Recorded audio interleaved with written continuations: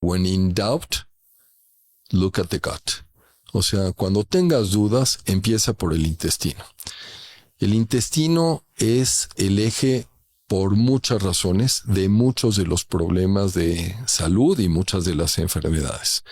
No es solamente el órgano responsable de absorción de nutrientes y participa como uno de los elementos importantes en eliminación de desechos. Es el área de contacto más grande que tenemos con el mundo exterior. La gente piensa que es la piel. No es cierto, es el intestino y por mucho, ¿ok? Por esa misma razón, es el órgano que tiene la mayor representación del sistema inmune en el organismo. Más del 70% de todos los anticuerpos se concentran en el intestino. Otro punto que es fundamental, ahí se producen muchos elementos. Por ejemplo, muchos de los neurotransmisores que funcionan a nivel cerebral se producen en intestino. No están, a pesar de que trabajan en cerebro, se fabrican en intestino. Y bueno, podríamos continuar porque la lista de situaciones de todo lo que hace el sistema digestivo es enorme, pero realmente es responsable de muchos de los problemas de salud y de que tengas o no tengas un buen estado de salud. Me sorprendió muchísimo leer en tu libro que dices que el 90% de la serotonina, que es esta neurotransmisor de la felicidad, vamos a llamarle, se produce en el intestino grueso. Sí. Y ahí platicando con conocidos que han tenido problemas severos gástricos que sin pensar que estuvieran relacionados derivaba en problemas de salud mental y de desbalances en neurotransmisores, me parece fascinante. ¿Qué tipo de experiencias has vivido tú? ¿Cuáles son los cambios importantes que has visto, sobre todo en situaciones o padecimientos o condiciones neurológicas o emocionales que se arreglan al voltear a ver el intestino?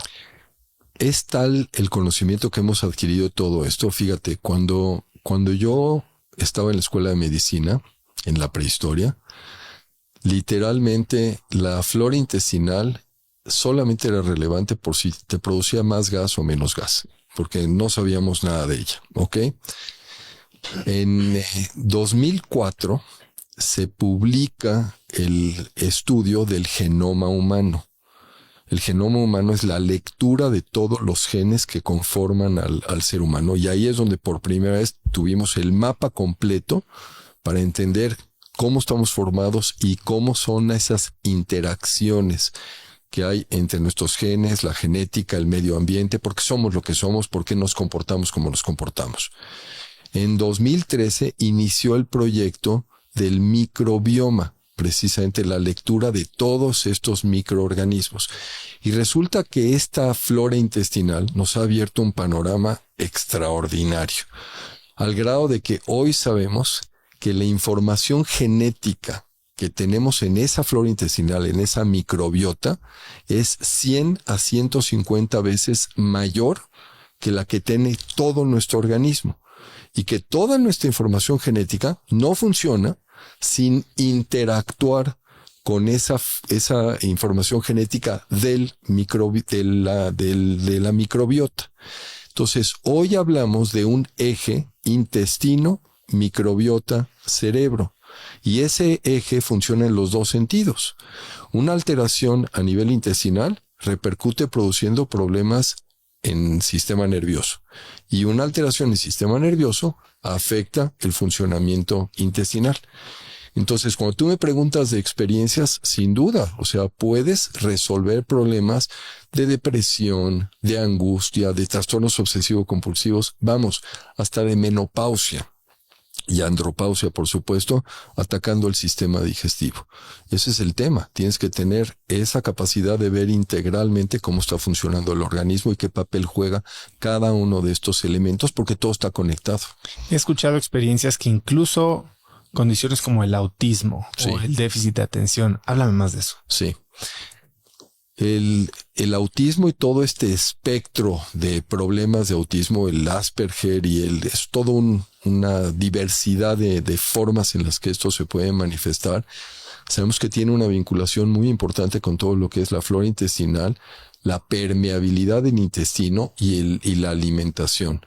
Entonces, esto ya no es nada más una especulación, ya hay muchos estudios en este sentido que te hablan de que hacer cambios importantes a nivel de tu alimentación puede repercutir de manera muy, muy impactante en el desarrollo cognitivo, la capacidad de interacción social, el comportamiento, etcétera, de estos chicos, de estas personas que tienen estos trastornos emocionales.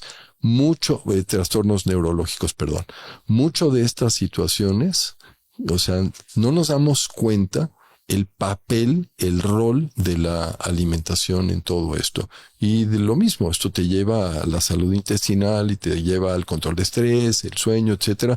Por eso es que hablamos de que todo es un conjunto de elementos que tenemos que manejar simultáneamente. Sí, creo que hoy se ha puesto mucho atención en el intestino y la alimentación, tal vez como detonador de padecimientos autoinmunes y algunas otras. Creo que mucha gente dice, bueno, sí, tengo intolerancia al gluten, ¿no?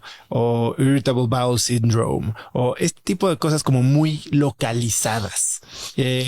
Y tú lo estás llevando a básicamente a los fundamentos de cualquier tema relacionado a la salud. A ver, es que te comento esto. O sea, el tema del gluten, ¿se te ocurre que es ciencia, es realidad o es moda? No creo que estoy capacitado para dar una respuesta inteligente al respecto.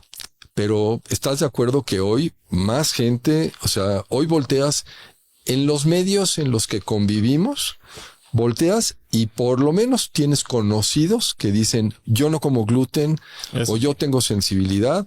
Cuando nosotros éramos niños, nadie hablaba de esto, nadie se preocupaba de esto. Eso es una realidad. Correcto. ¿De acuerdo? Ahora, ¿qué es lo que hemos aprendido? ¿De dónde viene todo esto? El dato en biología nos dice que para que cambie el 0.2% de nuestro genoma, de nuestra información genética, deben pasar aproximadamente 20,000 años. ¿Ok? Como especie, conocimos la agricultura y somos sedentarios desde hace más o menos 10,000 a 12,000 años. ¿De acuerdo? Entonces, nos tomó 10 a 12,000 años empezar a convivir con proteínas que nuestro organismo no reconocía. El empezar a comer esos granos. Antes de que fuéramos agricultores, éramos recolectores y éramos cazadores de pequeñas especies. Eso es lo que éramos, nada más, como cualquier otro animal o muchos otros animales. Eso es todo, ¿de acuerdo? Alrededor de los 60s, el siglo pasado, en 1960s, empezaron muchas investigaciones para cambiar el rendimiento de las cosechas. Si tú te acuerdas, los problemas que había en aquella época de las hambrunas, particularmente en África, ¿te acuerdas incluso los conciertos de rock para tratar de mejorar, o sea, tratar de ayudar a todos estos países